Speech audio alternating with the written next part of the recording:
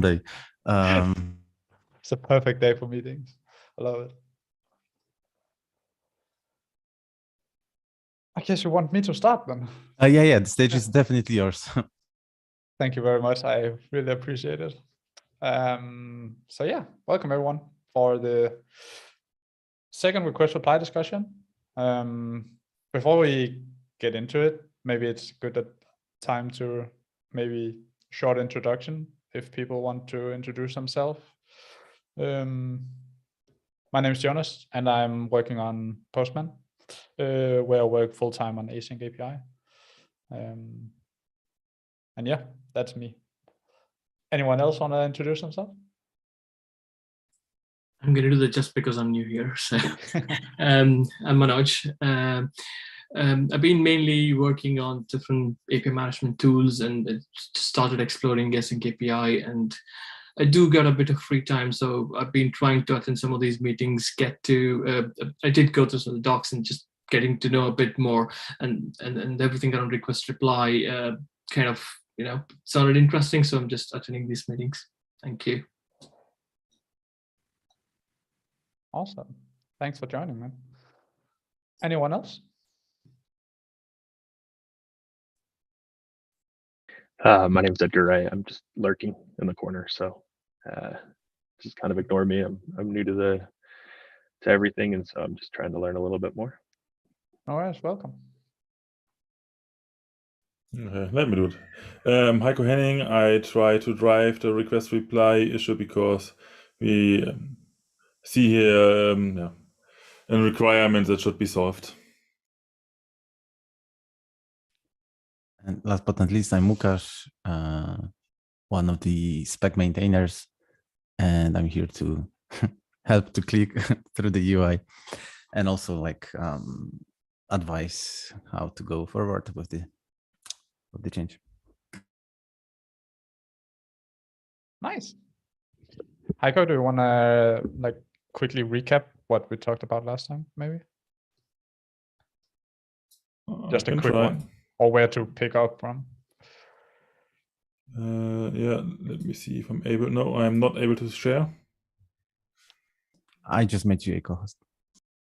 Okay. Yep, no, it works. Screen 3. Yep.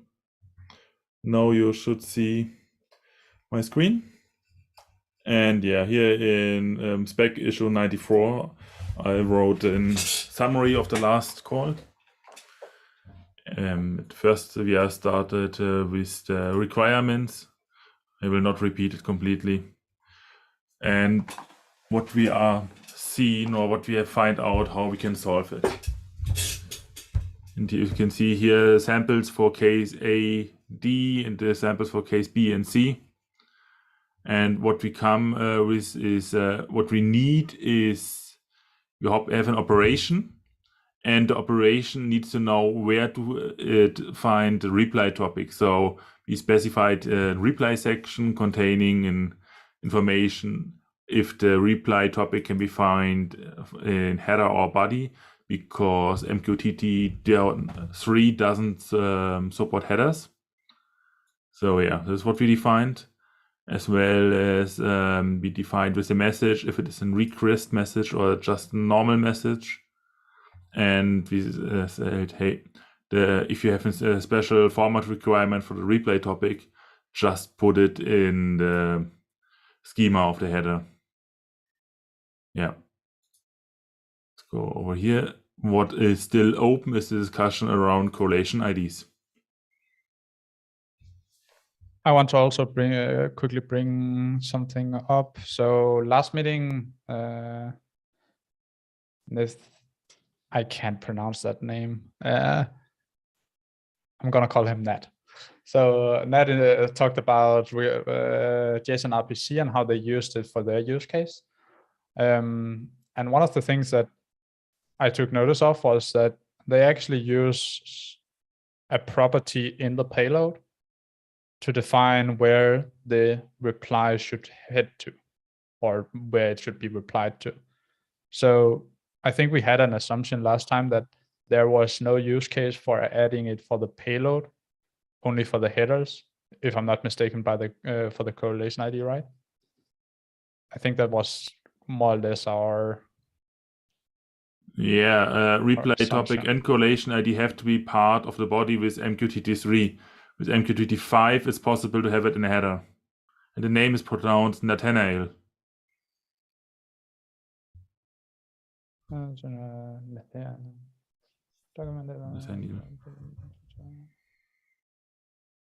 Yeah, where was it? Let me find it.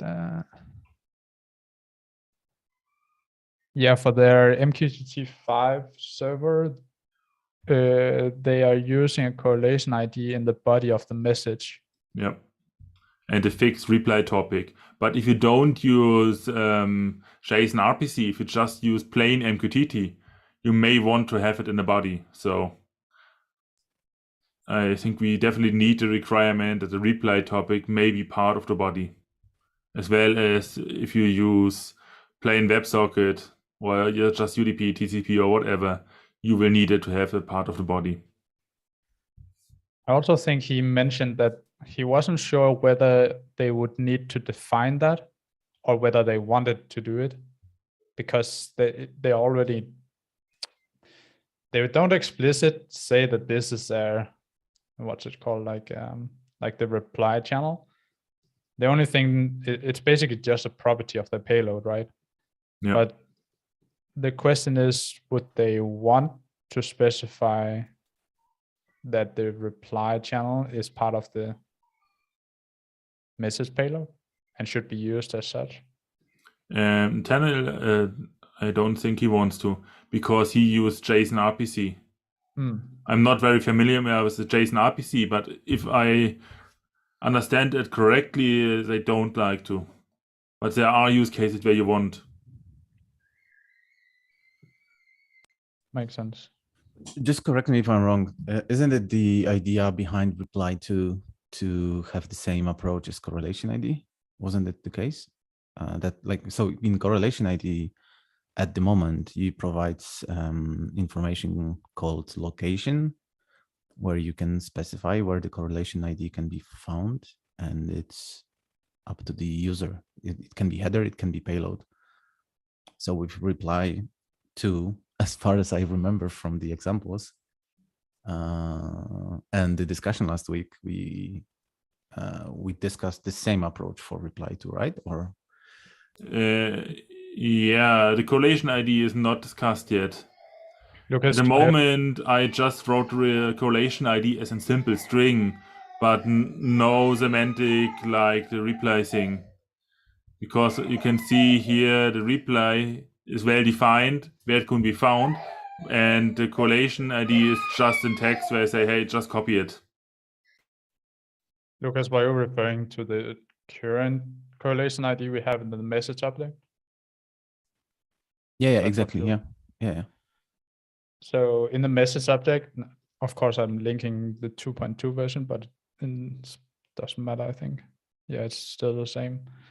We have a correlation ID property on the message object. I linked it in the chat and Zoom as well, where we already have a property for defining a correlation ID. I'm not sure if we can reuse that. If you scroll down a little bit more.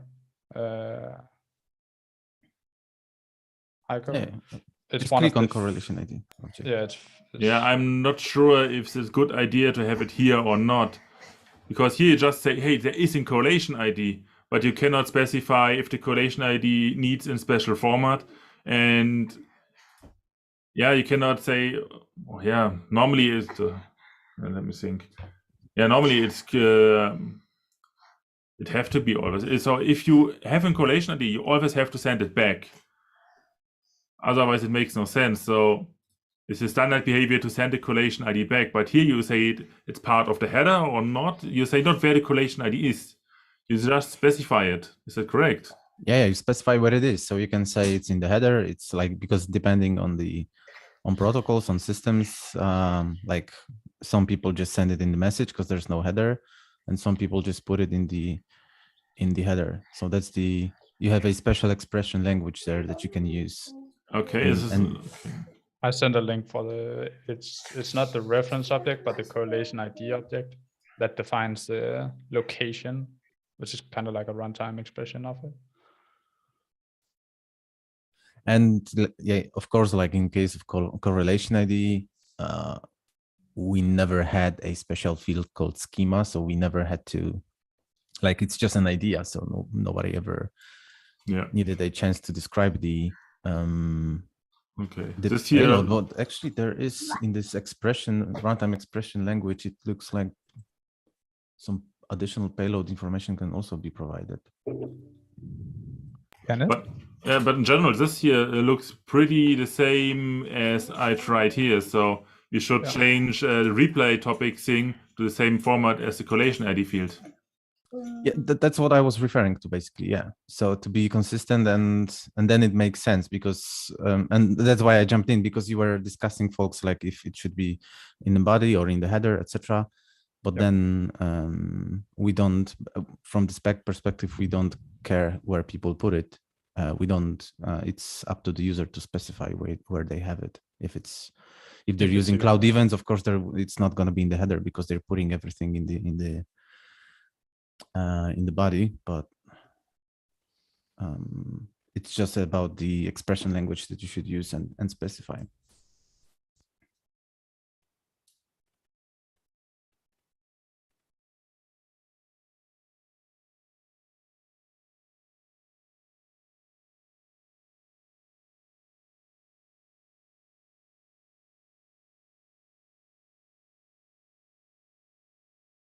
So it should be more like this. Use the same. It looks like that would be better, yeah. Because then we can reuse the correlation ID object. That would be nice. Yeah, I'm with you. And then we also have the but the correlation ID, where is it located? Is it a part of the message, or where it was? Yeah, it's part of the message. So in this case, you say, hey, I have my message here. Say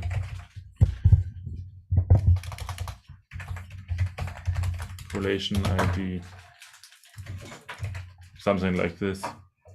But in this case, you would not longer say, hey, I have a header field correlation ID, because, or do it. You have to, or you don't have? Here say where the correlation ID could be found, but you, in general, you still have to define it, or I'm wrong? You still have to define it. Like, for example, in your create user, if you want it as part of your headers and you are pointing to it, you still have to have it located exactly how you have here. My only concern is by doing this exact thing where it's create user dot correlation ID and reusing that correlation ID property is, what if you actually want something like, let's say you want a logging ID throughout all of your services from where it gets in, and use something different that's not related to request reply. Then we can't really reuse like this correlation ID property per se, but it kind of needs, like you did above, where you have reply topic. If that makes sense. Yeah, at the moment, we have the two fields that are related to each other, correlation ID and reply to. Oh, yeah. And once the location is defined in a message and once it's defined in operation, I'm not sure if I like it. Yeah, the question is if it has to be like this. So that was my other question, like after looking at the examples, should why it's there's a need to have reply information on the operation level, not the message? Because I want to know what's the reply to the message, not to the operation, or at least that's how I was always looking at it. But my use case was always related to WebSockets. Does it make sense to introduce multiple? I know that we have multiple use cases here where it's very specific what's the difference between them. But what if we took it per protocol and said, okay, we have WebSocket, we have HTTP, we have JSON RPC, We have nats, for example, that just for a broker-based example. If you have those four scenarios with specific protocols with specific needs, would it make sense to create examples for them and base the suggestions off of there and see how it applies? In general, I don't think it makes sense to have it in operation. In operation, you just want to tie together the request message and the response message. But where those fields can be found, should be part of the message. Here you define the via input channel, you define the message that is coming in. So you already know that. You don't have to define it here. So you can simply say, hey, let's move the replay topic down here, and you are fine. Because otherwise, you have here the location and here the field definition. So don't need to match. It makes much more sense to have it in a message. That's correct. You just left reply. I guess we don't need it as well. What?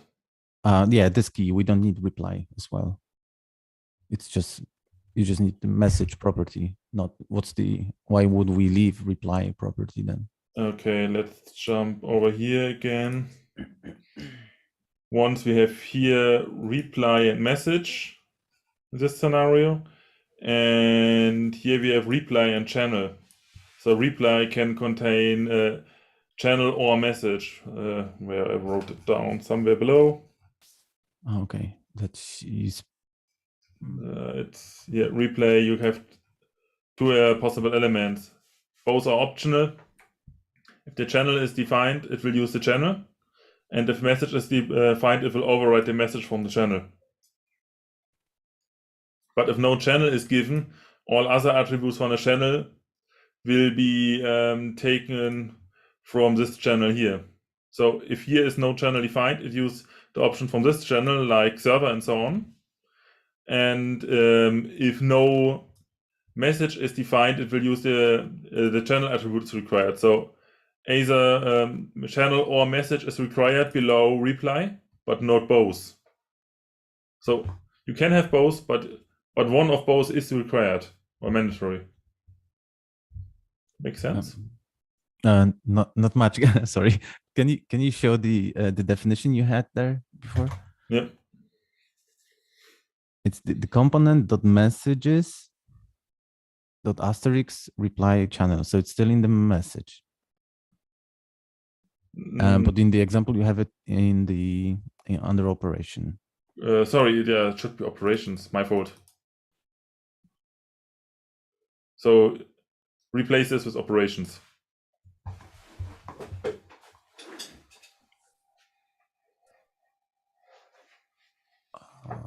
But then why do you need this explicit property anyway? Like, so like, for example, again, in your example, you have channel not under reply. But here in the so let me create some more examples.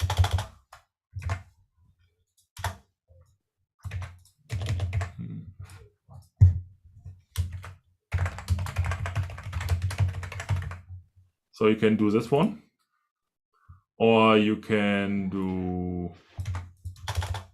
also this one.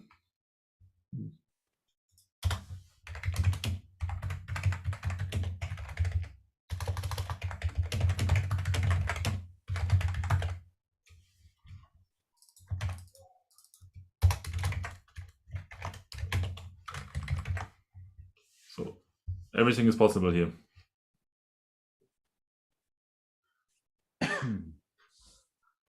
So you're basically specifying there's an create user operation that is on user creation channel, and you also specify that reply to this operation, but we're mixing again like information about reply on the operation level and then also more details on the message level. Yeah, on the message level, you are finding the information where the replay topic can be found. And here on operation, you say, hey, I have an operation. I expect incoming message type and outgoing message type. So here in operation, you define the messages. On the message level, you define the content of the message where is to find what. I think it makes sense for me, at least.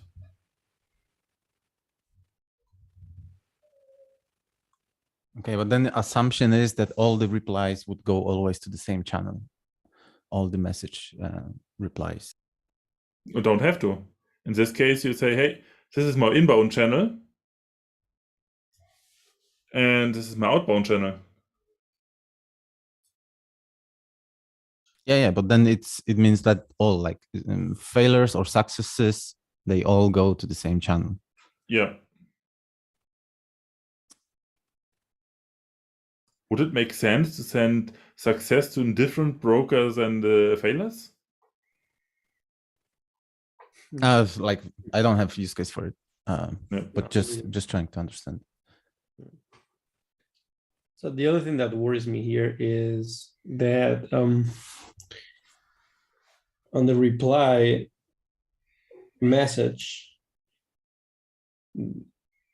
this one off there with $refs is worrying me, because that is saying like on the example that you have selected right now, Yeah. this will be like another channel, right? It will be pointing to another channel, and it could be one of those two messages. What if this other channel with different server is already defined somewhere else with other set of messages? It would be overwritten. It will be overwritten. Yep. Okay, so now imagine that we want to standardize how applications talk to each other at company level, right?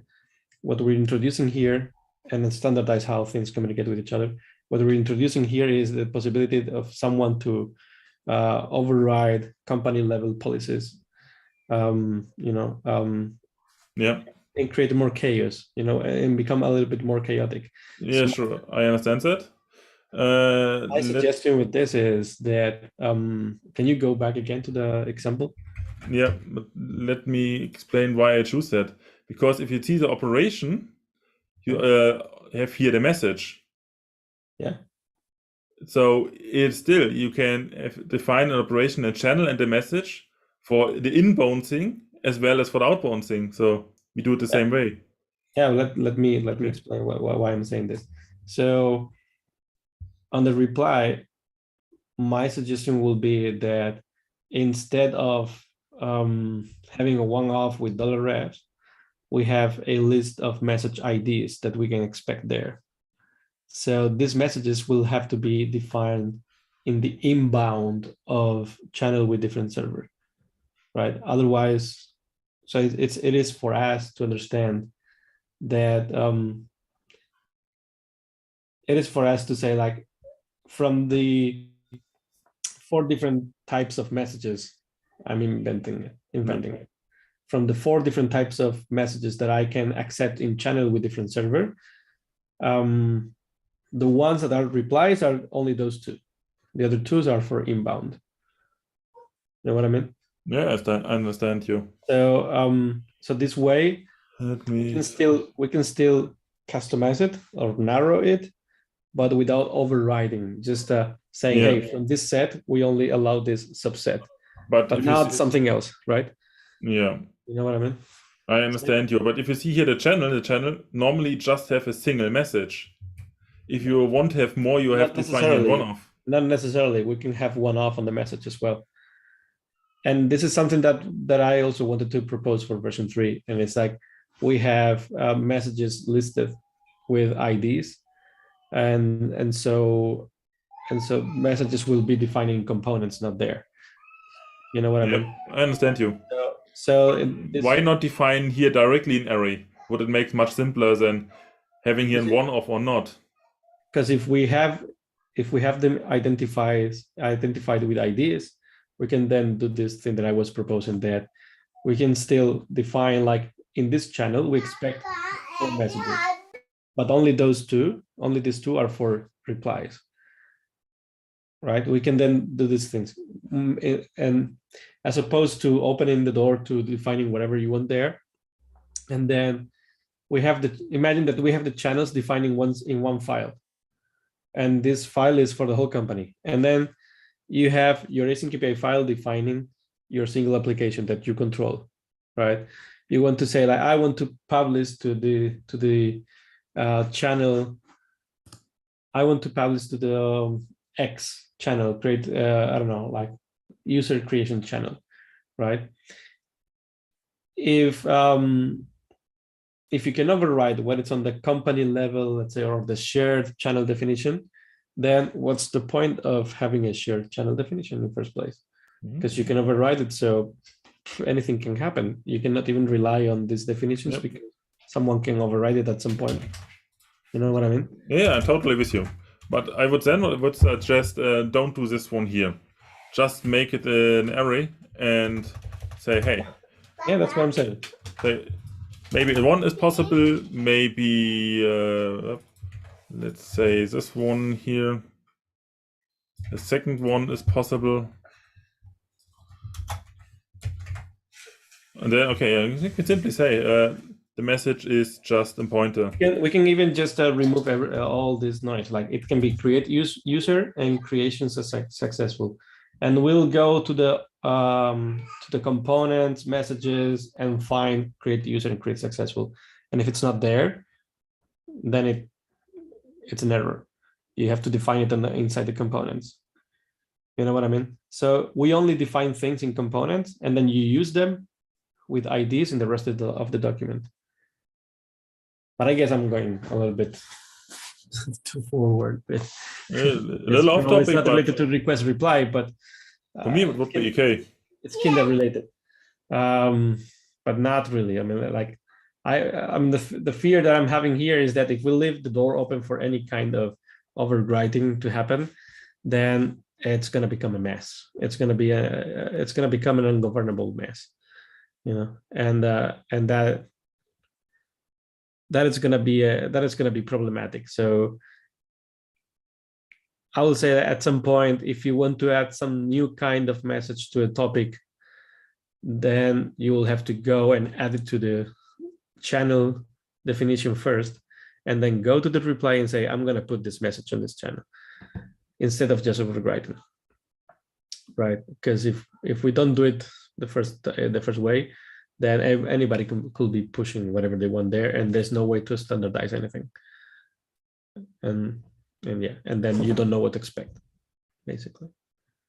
Yeah, I am totally with you. But is it part of this discussion, or is it more general? No, that's what I was saying. Like I wanted to mention it, but probably it's just another discussion. But it affects the design of request reply in the sense that we should probably not be allowing $ref, but just including IDs of the messages. But yeah, that's another discussion. Sorry for that. But yeah, in general, I can take it over. Then the merge pull request would be grow for the spec, but for me it's okay. You can just make it a part of this, everything. Yeah. This also would be here message, because you also allow to override this one here. Say, hey, my message here is also being pointer or a reference. For me, it's totally okay. I think you lost me. Just a little bit. So yeah, it's more an enterprise thing. Fra, you're on mute. Sorry, I was saying, can you share the text that you have on the screen so that I can share my screen as well? And I don't know, maybe in Slack or something. I don't know, or here in the chat. I don't know how it's going to format it in the chat, but but yeah. And so I can put an example myself of what I'm trying to explain, because it's difficult like this.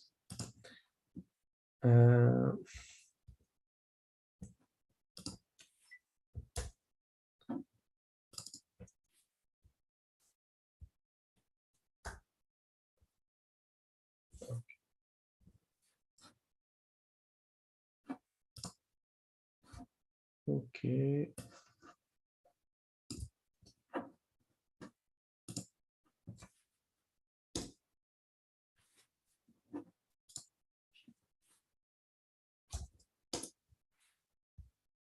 All right, so let's share screen. And I hope you can all see it.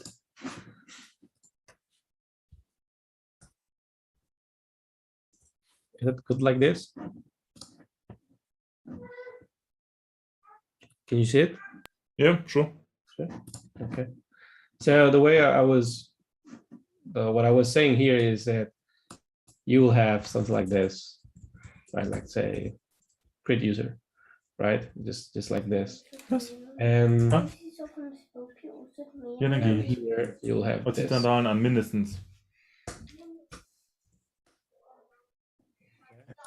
So something like this on channels. And then on components, have messages, create user, and then the create user message is defined here, right? So, and yeah, and creation is successful, same thing. And the message is defined here. So we can only use IDs here that are defined inside components, right? Why am I saying this? Because if we do it like this, then you want to just use another message, for instance, another message. It's already defined somewhere else. Quote $ref, $ref here, not there, not on the other side. So here you have, I don't know, create, let's leave it like this. And then here on the reply, we can simply say something. So this is create user, blah, blah, blah. And then here, the message that we're allowing is create another, how did we say that? Another message, not create. So this, right? So this is like, why am I saying this? Because if we're gonna reply to where? We're gonna reply to the same channel here. Where's the other option? Is here, to this other channel with different server. Cool. So say, for instance, that we do this. We can only reply with another message, or we can reply with creation successful. Okay. In channel with different server, but channel with different server is defined here. And it's not allowing another message. It's only allowing this, right? It's only allowing this, these two, right? So this will give us enough information to understand that this will not be valid, right? Because we cannot reply with another message because it's not listed here, right? So if we want to reply with another message, we have to add it here first, right? Why? Because this piece here might not even be in the same file, right? This piece here might be in a different file, right? That is shared across the whole company, right? Which is a list of channels, right? And allowed messages and so on. So this, you know what I mean? So this way we can standardize. We can standardize these things. You know, we can standardize. You want to have a new message or a new reply, like here. You first have to go to the list of channels here and define them, right? Now, problem with this is, do we define the messages here? Or do we define them in the other place, in the other file? And we need this. Do you mind clarifying why you think, or why you are introducing a change to how references work in relation to request reply? Like, why is that needed? Yeah, because if we just say here, for instance, on the, where is it? I lost it. Here it is.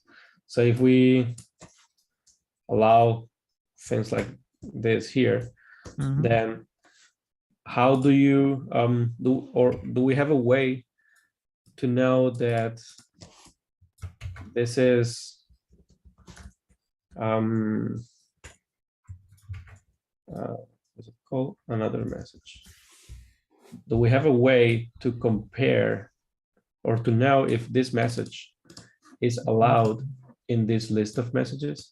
If here we only have also not only refs, like how do we know that? Like how do we know that a message is allowed here?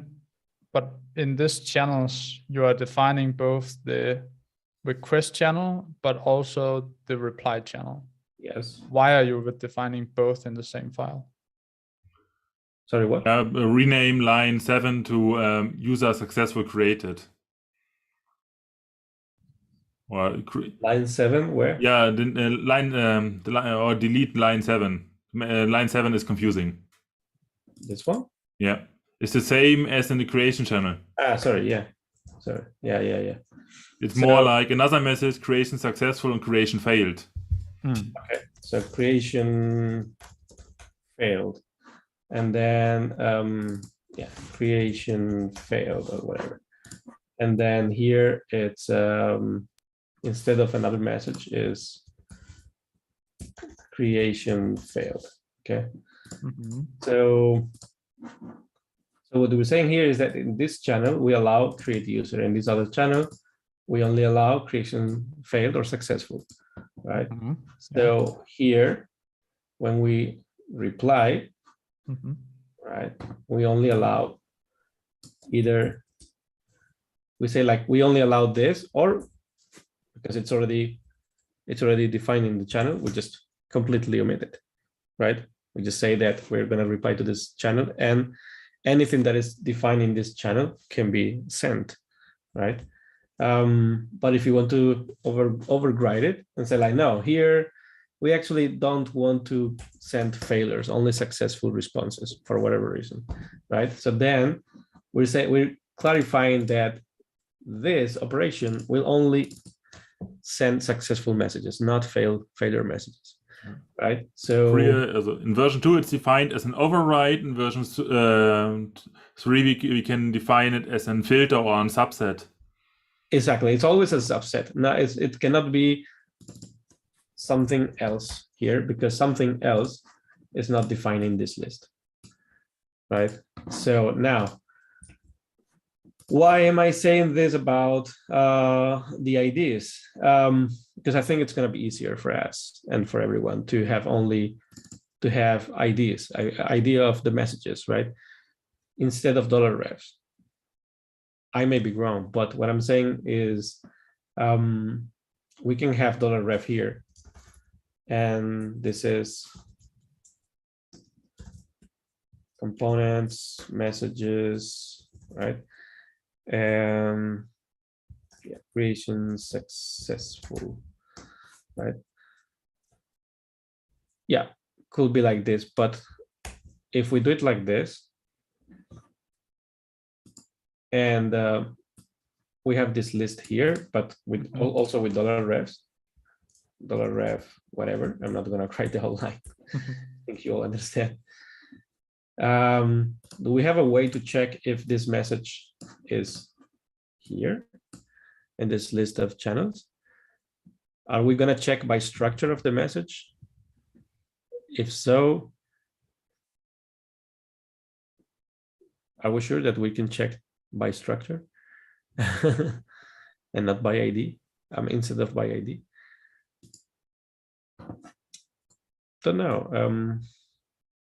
Yeah, for a validation tool, it would be much easier to validate. Validate an ID is going to be much easier, of course. If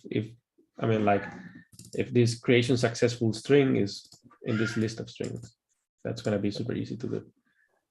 But yeah, and I think also the spec is going to be much clearer, right, to read. Like creation successful is a message. We know it's a message, and we know we have components messages, so it's here.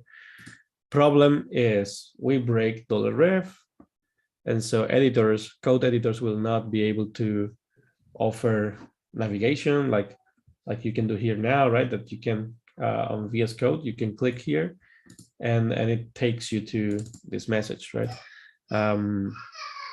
We lose this, but yeah, I mean, it's another discussion, I guess, but it's related, right? That's why I wanted to bring it over. So yeah.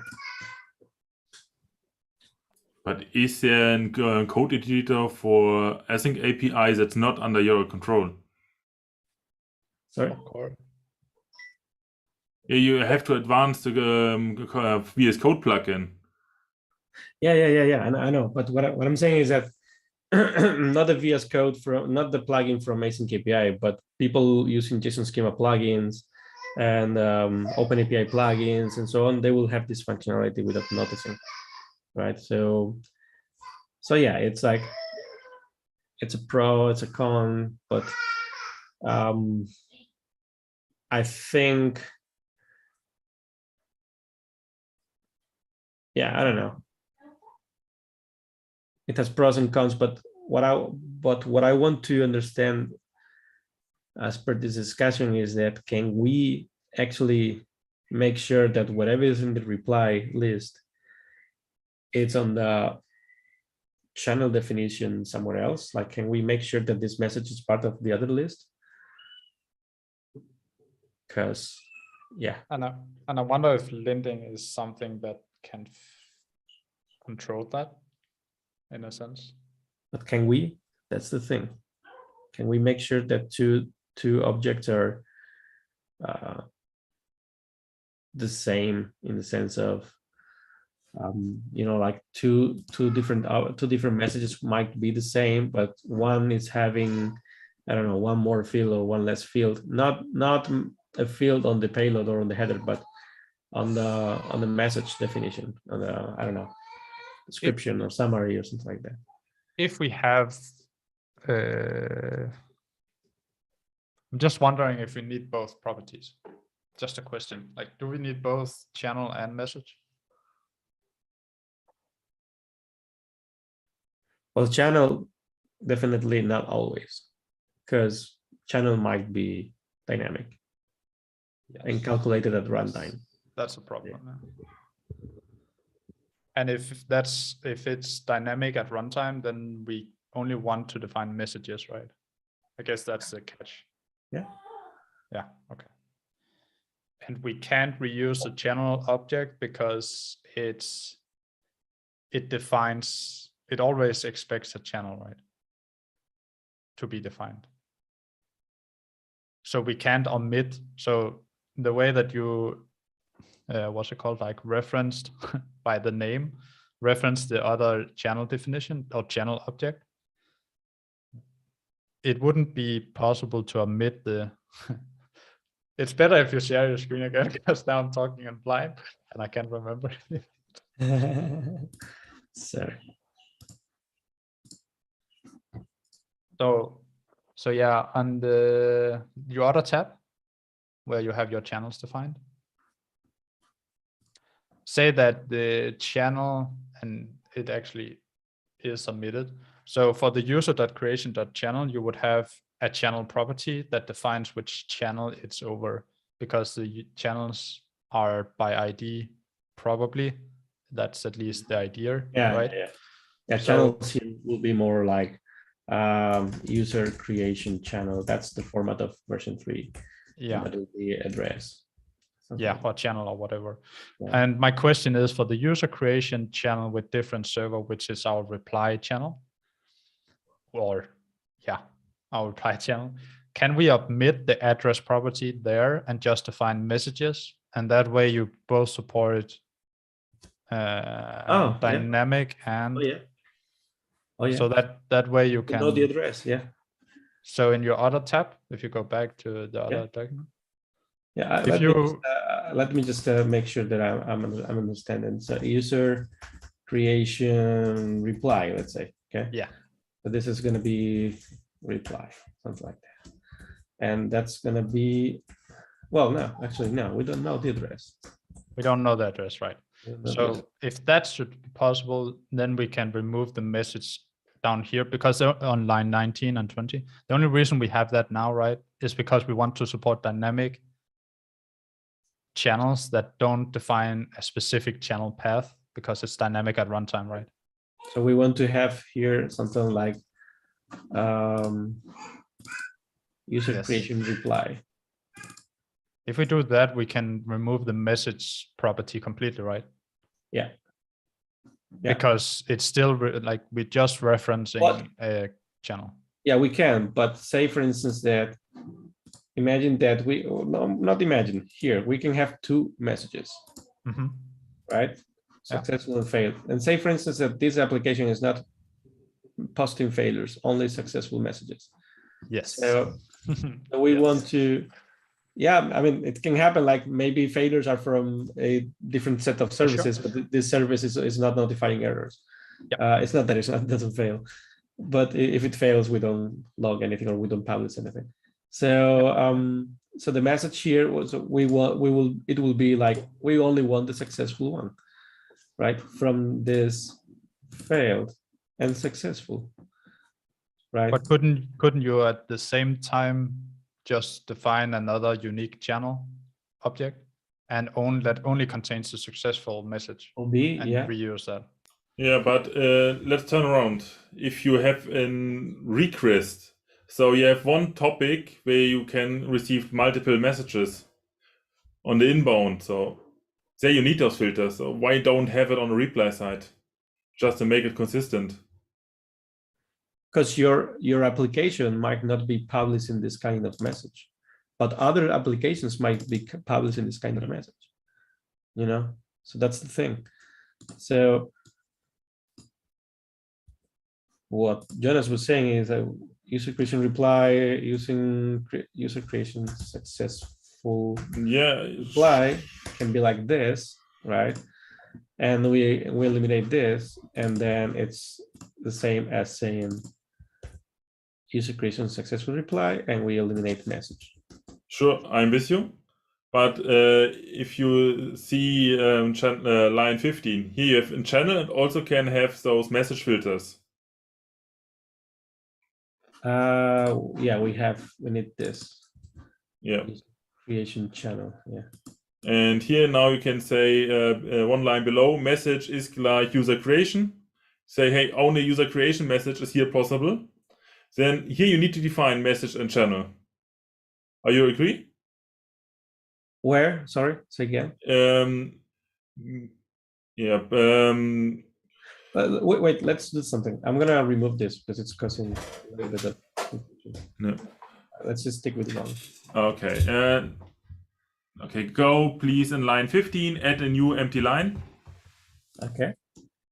Type message double point. Okay. And here you want to limit, hey, I only accept a single message type here. Okay, yeah, I know what you mean. Yeah. Yeah, maybe here's create user and create user silent or whatever. Yeah, two types. Yeah. You only want the single message type here. That makes totally sense because this is a requirement of JSON RPC. You have one channel and all creation types are sent over the single channel. But something can be done here, right? Like we can have user creation with type 2 and we only allow. Is it possible to have multiple channels pointing on the same address? Yes, that's the thing. Okay. Yeah, I'm used to. But it's something new. Version 2. Yeah, it's something new, and it's something that hasn't been discussed that much. Yeah, it is something new. So then you can have this, and then here you will just point to channel with type 2, and then there's no need for message. Yeah. Okay. Sure. So that's much cleaner now. But the problem is, yeah, we just moved the problem around, right? Yeah, we just moved the problem around, and now you have.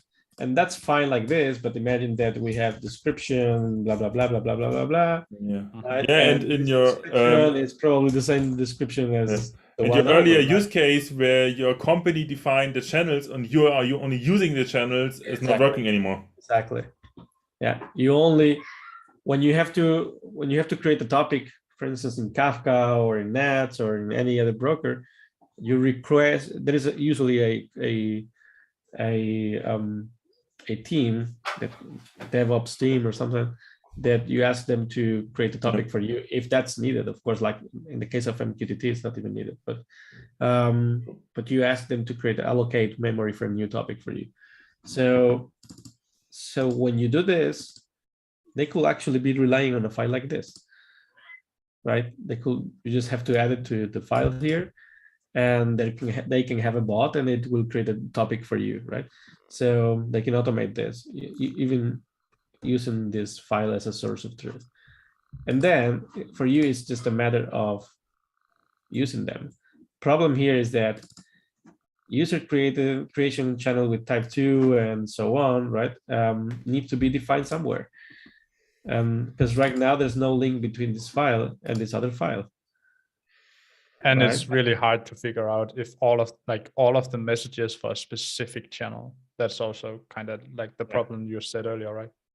So maybe, I mean, another thing is, now that we're introducing channels here at component levels, right, is as easy as you have this here, and it points to my other file, YAML, right, the other one, and it's channels,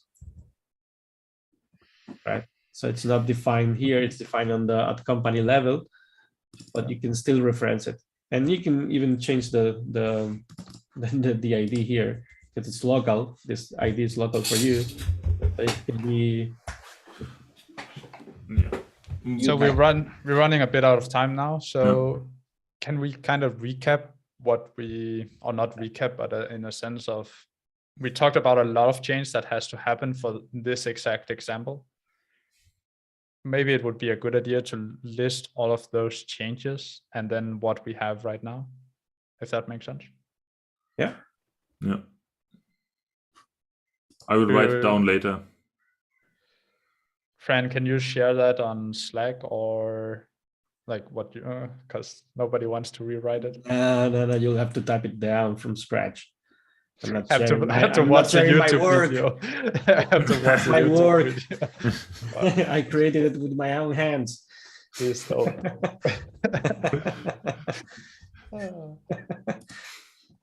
Okay, I'll fix a few things here, because there are things like this which are not using creation channel, I think. But in general, I would prefer having the channel as the reference as we seen before. So channel and message have to be references. So you get around of those ID thing.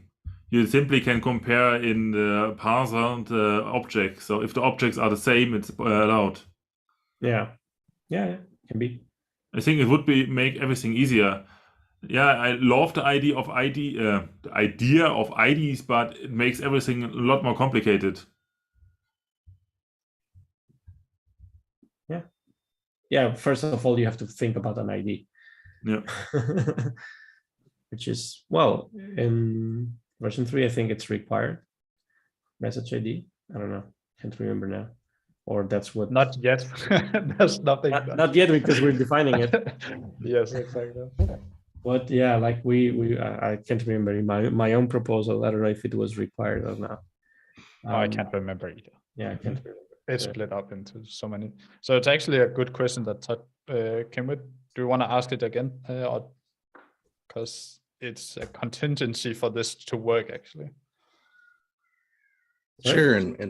And by the way, Todd Beats, I joined Zoom because I was kind of lurking on YouTube, but I had heard Jonas point out, I think rightly, that endpoint or address needed to be optional in the definition of a channel for those brokers that use sort of a dynamic topic or a dynamic subject at runtime for the reply. That makes sense to me. Yeah, for it to work in those cases, it would have to be optional. Yeah. If you want to reuse that specific object, of course. Yeah. It is just an object for you to it's an object for you to hold some logical definition, but you don't know necessarily the address. Yeah. Does there need, sorry for my ignorance again in the whole spec, but does there need, do we need to refer to an address elsewhere logically, like with some kind of token or magic keyword that it's dynamic, or just leaving it off is fine for the definition? So just leaving it off. Just leaving it off. Okay. Yeah, I think as it is here, right? Like Mhm. you specify address and then automatically we know it's dynamic or not known at least. I'm not known. Yeah. Makes sense. Cool. Thank you. But it creates some, I would say, confusion. Maybe if it's not well described why there's no address, because a channel generally always have an address, right? But it's in this very edge case where we kind of need this optional address, which is kind of like, or that. What about this? Or It's almost dynamic, address dynamic. I mean, it's an explicit way of saying like at the yeah, note, it's deferred to runtime. At least it's gonna catch your attention and say like, what the heck is address null? And then you're gonna search for it, right? That's true. So it feels like from a tooling, or even I heard somebody talk about giving this stuff to an operator, you kind of want to be specific that the operator doesn't have anything explicit to do in setting this up, because for whatever the broker type it is, it's dynamic and it's negotiated at runtime by the requester to the service responder. Yeah. So it does feel like there needs to be some like placeholder or some specific way of saying, don't worry about that, that's dynamic. yeah. Does not need to be statically set up by an operator. It cannot be like this. It cannot be like this, because that can be a topic name dynamic. That's the problem, right? So yeah. So yeah, we're running out of time. I guess I'll schedule another call, because is everyone good for? Should I ask for where and when next call should be, or do we just assume next Monday, same time, same place? I think it's fine for me. All right, I'm gonna do that then. Anybody have any last remarks? Earlier in the call, I and this is kind of NAT specific, maybe there are other broker types, but in the definition, I think there was a place where is the reply going to be in a header or the body? NATS is a broker where it's kind of technically neither. It's in the protocol. So it's not in the business payload. It's not in the business header. It's part of the protocol. So I'm not. Yeah, it's automatic, right? Like you don't care about it in a sense because it's handled at the protocol level. Correct. Yeah. So I don't know if there needs to be a third enumeration, or we would just say that's body. I'm not sure how important it is, but I wonder would it if need you to be on the binding level then specified in the document? Then the runtime expression from correlation ID that we proposed would also be okay, right? Because you would specify that it's in the message binding, for example. Because I understand it's specific only for NATS protocol that you do. Yeah, in the protocol. maybe this is NAT specific. Typically, from the broker's perspective, the correlation ID is the same as the dynamically set reply to subject in NATS. So there's not generally, when using that feature of NATS protocol for request reply, they're one and the same. The reply message gets routed very specifically to the requester via the reply to dynamic subject. So it kind of plays both roles.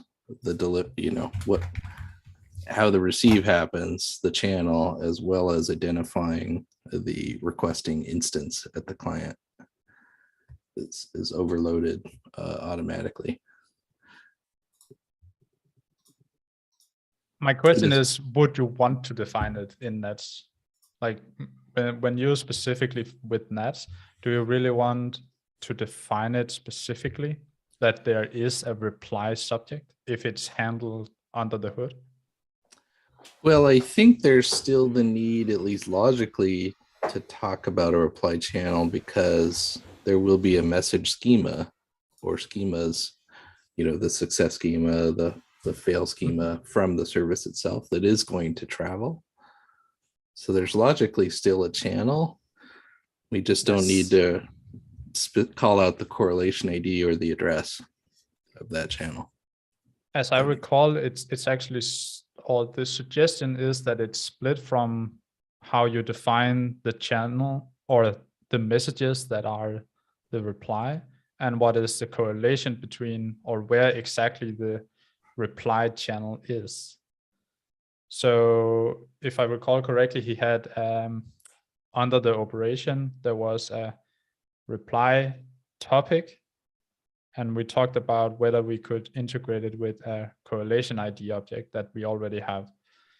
But for nets, it wouldn't be, I don't think you ever would define it because it's not something that you would need to define in any sense.